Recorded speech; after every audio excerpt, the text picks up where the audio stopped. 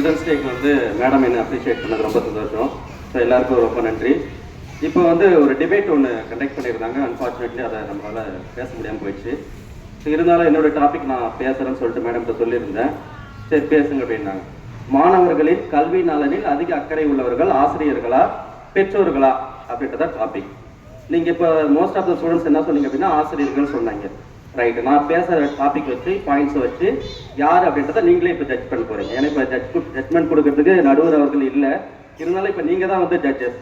So நீங்கள் என்ன points சொல்கிறீங்க, என்ன ஜட்மெண்ட் கொடுக்குறீங்கன்னு பார்க்கலாம்.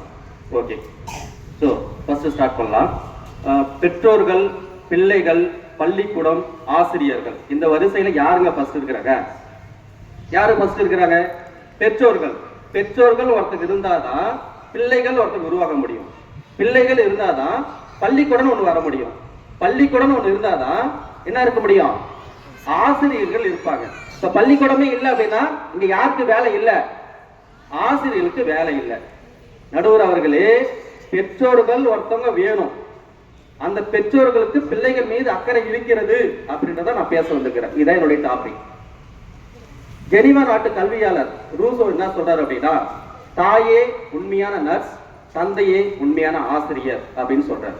அப்ப தாய்க்கு தான் ஃபர்ஸ்ட் பிரியாரிட்டி, அதுக்கப்புறம் தந்தை அப்படின்னு சொல்றாங்க. மாதா பிதா குரு தெய்வம்.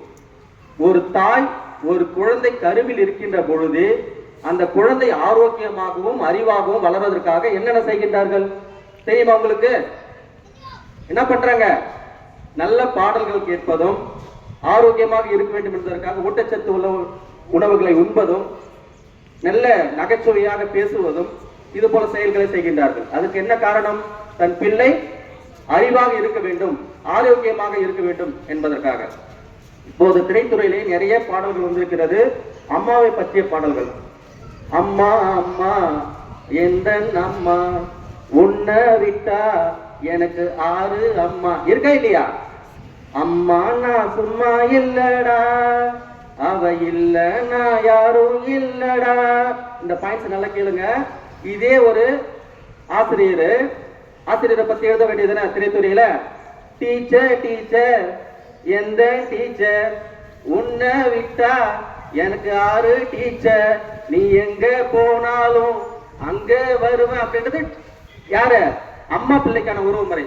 ஆனா டீச்சர் வந்தா என்ன பண்ணுவான்? ஸ்டூடெண்ட்டை பார்த்து ஓடுவான், தலை தெறிக்க ஓடுவான். அதுக்கு என்ன காரணம்? டீச்சர் மேல அவனுக்கு இருக்கிற பயம்.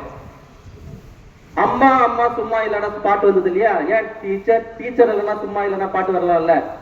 அப்போ பெற்றோர்கள் தான் தன்னுடைய பிள்ளைகளை கண்ணும் கருத்துமாக வளர்க்கின்றார்கள் என்பது திரைத்துறையிலே சொல்லியிருக்காங்க. ஒவ்வொரு பெற்றோரும் தனியார் பள்ளியிலே தன்னுடைய பிள்ளைகளை சேர்க்க வேண்டும் என்பதற்காக என்னென்ன பண்றாங்க? நகை எடுத்து அடகு வைக்கிறாங்க, கூலி வேலைக்கு போறாங்க, இது போல நிறைய கஷ்டப்பட்டு பிள்ளைகளை படிக்க வைக்கிறாங்க. சரிங்களா? இப்போ நம்ம கோட்டலி ரேங்க் கார்டு கொடுக்கும்போது ஒரு அப்பா வராருங்க, பையனோட ரேங்க் கார்டை பாக்குறாரு. என்ன சொல்றாரு? மகனே, நீ என்ன இவ்வளவு மார்க் கம்மியா எடுத்துக்கிற? நான் இவ்வளவு கஷ்டப்படுறேன் தெரியுமா? எனக்கு எவ்வளவு பிரச்சனை இருக்கு தெரியுமா? எனக்கு எவ்வளவு கடன் இருக்கு தெரியுமா? எவ்வளவு கஷ்டப்பட்டு நான் உன்னை படிக்க வைக்கிறேன், ஆனா உனக்கு மார்க் வரல. நான் எதுக்கு இந்த தனியார் பள்ளியில உன்னை படிக்க வைக்கிறேன்? நீ மார்க் எடுத்து நல்லா படிச்சு நல்ல வேலைக்கு போகணும், குடும்பத்தை காப்பாற்றணுன்றதுக்காக தான் உன்னை இப்படி படிக்க வைக்கிறேன் அப்படின்னு சொல்றாரு. நான் கேட்கிறேன், ஐயா நீங்க என்ன வேலைக்கு போறீங்க? நான் கேட்கிறேன், ஐயா நான் கொத்தனார் வேலைக்கு போறேன். என் கையை பாருங்க, என் கையெல்லாம் சிமெண்ட் பிடிச்சி காய்ச்சி போயிருக்கு.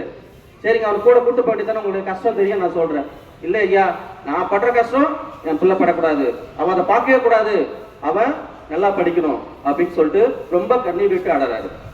கொஞ்ச நேரம் கழிச்சு ஒரு அம்மா வராங்க, அவங்க அழுதுட்டே வராங்க. வரும்போது, ஐயா எனக்கு ஒரு பெண் பிள்ளை ஒரு ஆம்பளை பிள்ளை, பொண்ணுங்க தான் படிச்சாங்க, நல்லா படிச்சாங்க, நல்லா மார்க் எடுத்தாங்க, இவங்க காலேஜ் படிக்கிறாங்க. பையன் ரொம்ப விளையாட்டுத்தனமா இருக்கிறான். ஐயா இவனை நம்பிதான் நான் இருக்கிறேன், நான் கூலி வேலைக்கு போறேன், ஒரு வேலைக்கு 150 ரூபாய் சம்பாதிக்கிறேன், 3 வேலைக்கு 450 ரூபாய், ஏரி வேலைக்கு போறேன், இது போல கூலி வேலை செஞ்சு நான் அவனை படிக்க வைக்கிறேன். ஆனா இருந்தாலும் இவன் விளையாட்டுத்தனமா இருக்கிறான், இவன் படிச்சு நல்ல மார்க் எடுக்கணும் அப்படின்னு சொல்லிட்டு அந்த அம்மா ஆடுறாங்க. நம்ம கரஸ்பாண்டன்ட் எடுத்துங்க, நம்முடைய திண்டிவனத்துல ஒரு நல்ல பள்ளி அமையணும்னு சொல்லிட்டு என்ன பண்றாரு?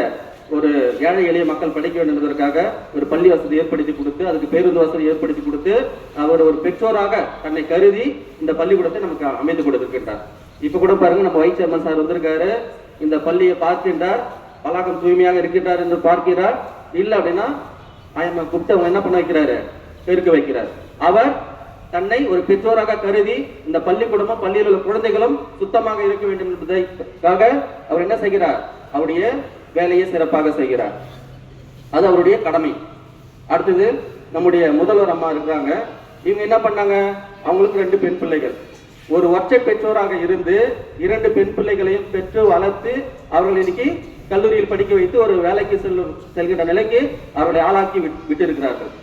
இதுதான் அவர்கள் பெற்றோராக அவர்கள் செய்த ஒரு சேவை. அதன் பிறகு நம்ம பள்ளியில வேலை செய்யற நம்ம நிர்மலா ஆண்டினோட இருக்காங்க. அவங்க பாத்தீங்கன்னா 2 பெண் பிள்ளைகள், ஒரு ஆம்பளை பிள்ளை. 2 பேருமே தனியார் பள்ளியில் தான் படிக்க வச்சு இப்போ தனியார் கல்லூரியில படிக்க வைக்கிறாங்க. கஷ்டப்பட்டுனாச்சும் கடன் வாங்கினாச்சும் என் பிள்ளையை நான் படிக்க வைக்கிறேன். ஏன்? அவங்களுக்கு அவங்க பிள்ளை மீது இருக்கிற அக்கறை. சரிங்களா? அடுத்தது நம் பள்ளியில 2018 ஜெகதீஷ்னு ஒரு மாணவன் படிச்சுட்டு போனா, கிட்டத்தட்ட 4 வருஷம் நீட் எக்ஸாம் எழுதுறான். அவனால் கிளியர் பண்ண முடியல. அவங்க அப்பா அம்மா கேட்கறாங்க, என்னப்பா உன்னால முடியுமான்னு கேட்கறாங்க. அவன் சொல்றான், என்னால முடியலனாலும் பரவாயில்ல, நான் என்ன வேற வேலைக்கு போறேன், இல்ல வேற என்ன காலேஜுக்கு போறேன் அப்படின்னு சொல்றான். அவங்க என்ன சொல்றாங்க, சரி உன்னால முடிஞ்ச அளவுக்கு நீ படி, நான் உனக்கு உறுதுணையா இருக்கிறோம், நீ படிங்க அப்படின்னு சொல்றாங்க. படிச்சு கிளியர் பண்ணிட்டு இப்போ MBBS கள்ளக்குறிச்சியில படிக்கிறாங்க. அப்போ அவங்க அப்பா அம்மா சரி படிக்க வேணாம், நீ வேலைக்கு போ அப்படின்னு சொல்லிட்டு என்ன பண்ணிருப்பாங்க, அதோட கதையை முடிச்சிருப்பாங்க. அடுத்தது 2016 பேச்சு மோகன சுந்தரம் ஒரு மாணவன் நம்ம பள்ளியில் தான் படிச்சுவான். கிட்டத்தட்ட 5 வருஷம் அவங்க வீட்டுல துணி கடை வச்சிருக்க சாதாரண ஆளு தான். அவனும் துணி வித்துக்கிறான், நானும் பாத்துக்கிறேன். நிறைய நேரத்துல லுங்கி 100 ரூபா வித்துட்டு போவான். ஒரு 2-3 வருஷத்துக்கு முன்னாடி பார்த்தேன். அப்ப கிட்டத்தட்ட அவன் 5 வருஷம் 7 அட்டெம்ப்ட். மாணவன் என்ன பண்ணா, கிட்டத்தட்ட 5 வருஷம் 7 அட்டெம்ப்ட் கிளியர் பண்ணிட்டு இன்னைக்கு செங்கல்பட்டு மாவட்டத்துல MBBS படிக்கிறாங்க. ஸோ அதுக்கும் அவங்க அப்பா அம்மா தான் அவங்களுக்கு உறுதுணையா இருந்தாங்க. அவங்க அப்பா அம்மா இல்லை அப்படின்னா இன்னைக்கு சாதாரண துணிக்கடை வச்சு துணிக்கடை வியாபாரியா மாறி இருப்பான். ஸோ இது போல நிறைய உதாரணங்கள் சொல்லிட்டே போகலாம். இன்னொரு கதையை சொல்லிடுறேன், ஒரு 2 மினிட்ஸ். ஒரு மாணவன் இருக்கிறான். அந்த மாணவன் பள்ளிக்கு போக மாட்டேன், எனக்கு படிக்கவே பிடிக்கல அப்படி சொல்லிட்டு போகவே இல்லை ஸ்கூலுக்கு. ஃபர்ஸ்ட் ஸ்டாண்டர்ட்ல டிராப் அவுட். ஃபர்ஸ்ட் ஸ்டாண்டர்ட்ல அந்த பையன் ஃபெயிலு. அதுக்கப்புறம் அவங்க அப்பா அம்மா அவனை கொஞ்சம் கொஞ்சமா அடிச்சு திட்டி அவனை ஸ்கூலுக்கு கொண்டு போய் விடுறாங்க. அவனை ஏதோ கொஞ்சம் படிக்க ஆரம்பிக்கிறான். 8வது வரைக்கும் கொஞ்சம் கருத்து தெரியுது, கொஞ்சம் படிச்சு 10th ஸ்டாண்டர்ட் படிக்கும் போது அந்த பையன் ஒண்ணுமே இல்லாத பையன் 10th ஸ்டாண்டர்ட்ல ஸ்கூல்ல 2வது இடத்தை படிக்கிறான். அவன் படிக்கிறேன் என்ன தெரியல, பள்ளிக்கூடம் போக மாட்டேன்ட்டான். அதுக்கப்புறம் பள்ளிக்கூடம் போக சொன்னா போய் மரத்து மேலே ஏறி உட்காந்துப்பான். ஏன்னா ஏரி குளம் கொட்டை இருந்தா அது மாதிரி இடத்துல போயிட்டு விளையாட்டு ஸ்கூலுக்கே போக மாட்டான். அப்ப அப்படியேப்பட்ட மாணவன் அவனுடைய பெற்றோர்களுடைய அரவணைப்பினால பள்ளிக்கூடத்துல 10வது 2ஆம் இடம் வாங்குறான். சரி மறுபடியும் அதே பள்ளிக்கூடத்தில் மறுபடியும் படிக்க வைக்கிறாங்க. 11வது 12வது படிக்கிறான். 12ஆம் வகுப்பு படிக்கும் போது அந்த பையனுடைய அக்காவுக்கு திருமண ஏற்பாடு. தங்கச்சி ஒருத்தங்க இருக்காங்க. வீடு இடிந்து விழுந்து விடுது. அப்ப இடிஞ்சு போன வீட்டுல இருந்து அவனால படிக்க முடியல. 12th ஸ்டாண்டர்டு வீட்டையும் கட்டணும், அக்காவுக்கு திருமணம் ஏற்பாடு பண்ணணும். வீட்டுல கரண்ட் இல்லை, வீட்டு வாசல்ல தெருவிளக்கு இருக்கு, தெருவிளக்குல அந்த வெளிச்சத்துல படிக்கிறான். 12வது தேர்வு எழுதி முடிச்சுட்டான். முடிச்ச உடனே என்னாச்சு அப்படின்னா கடன் தொல்லை அதிகமாயிடுச்சு. சரி இதுக்கப்புறம் படிக்க வேணாம் அப்படின்னு சொல்லிட்டு அந்த பையன் என்ன பண்றான், கூலி வேலைக்கு போக ஆரம்பிச்சிட்டான். சென்டரிங் வேலை போறான். ஒரு நாளைக்கு 700 ரூபா சம்பளம் கிடைக்குது. கிட்டத்தட்ட 2-3 மந்த் போயிட்டு இருக்கான். 12ஆம் வகுப்பு தேர்வு முடிய வெளியே வருது. அப்ப அந்த மாணவன் பாத்தீங்கன்னா பள்ளி அளவில் முதலிடம் வாங்கிட்டான். எல்லாருக்கும் ரொம்ப சந்தோஷம், அப்பா அம்மா டீச்சர்ஸ்லாம் ரொம்ப சந்தோஷம். சரி பையனை இதுக்கப்புறம் மேல் போட்டு படிக்க வைக்கணும் அப்பா அம்மா முடிவு பண்றாங்க. ஆனா பையன் என்ன சொல்றான், வேணாம் வேணாம் நான் வேலைக்கு போறேன், வீட்டு கடவுள் அடைக்கணும் அப்படின்னு சொல்றான். அப்பா அம்மா என்ன சொல்றாங்க, நீ வேலைக்கு போவானா, படி, எல்லாம் மார்க் எடு, நீ படிச்சு பெரிய ஆளாகணும் அப்படின்னா இதை விட நிறைய சம்பாதிக்கலாம் அப்படின்னு சொல்றாங்க. சரி சொல்லிட்டு அந்த பையன் என்ன பண்றான், சென்னையில போயிட்டு இளநிலை வேதியியல் படிக்கிறான். மறுபடியும் பாண்டிச்சேரியில் போயிட்டு ஆசிரியர் படிப்பு படிக்கிறான். மறுபடியும் சென்னைக்கு முதுநிலை படிப்பு படிக்கிறான். இவ்வளவு நேரம் சொன்னது யாரை பத்தி நினைக்கிறீங்களா? நான் தான், என்னை பத்தி தான் நான் சொல்லியிருந்தேன். ஸோ அந்த மாணவன் பாத்தீங்க அப்படின்னா இன்னைக்கு ஒரு தனியார் துறையில தனியார் பள்ளியில நல்ல ஒரு சம்பளத்தோட வேலையில இருந்துட்டு வரான். அன்னைக்கு என்னுடைய பெற்றோர்கள் என்ன வேலைக்கு போகட்டும் அப்படின்னு சொல்லிட்டு என்னை விட்டுருந்தாங்க அப்படின்னா நான் சாதாரண கார்பெண்டரா மாறி இருப்பேன். 80 ரூபா இருந்த சம்பளம் ஒரு நாளைக்கு ஒரு 700-800 ரூபா மாறி இருக்கும்.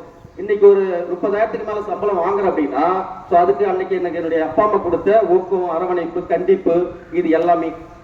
ஸோ இதுதான் பெற்றோர்கள் பிள்ளைகள் மேல வச்சிருக்கின்ற அக்கறையை நான் சொல்றேன்.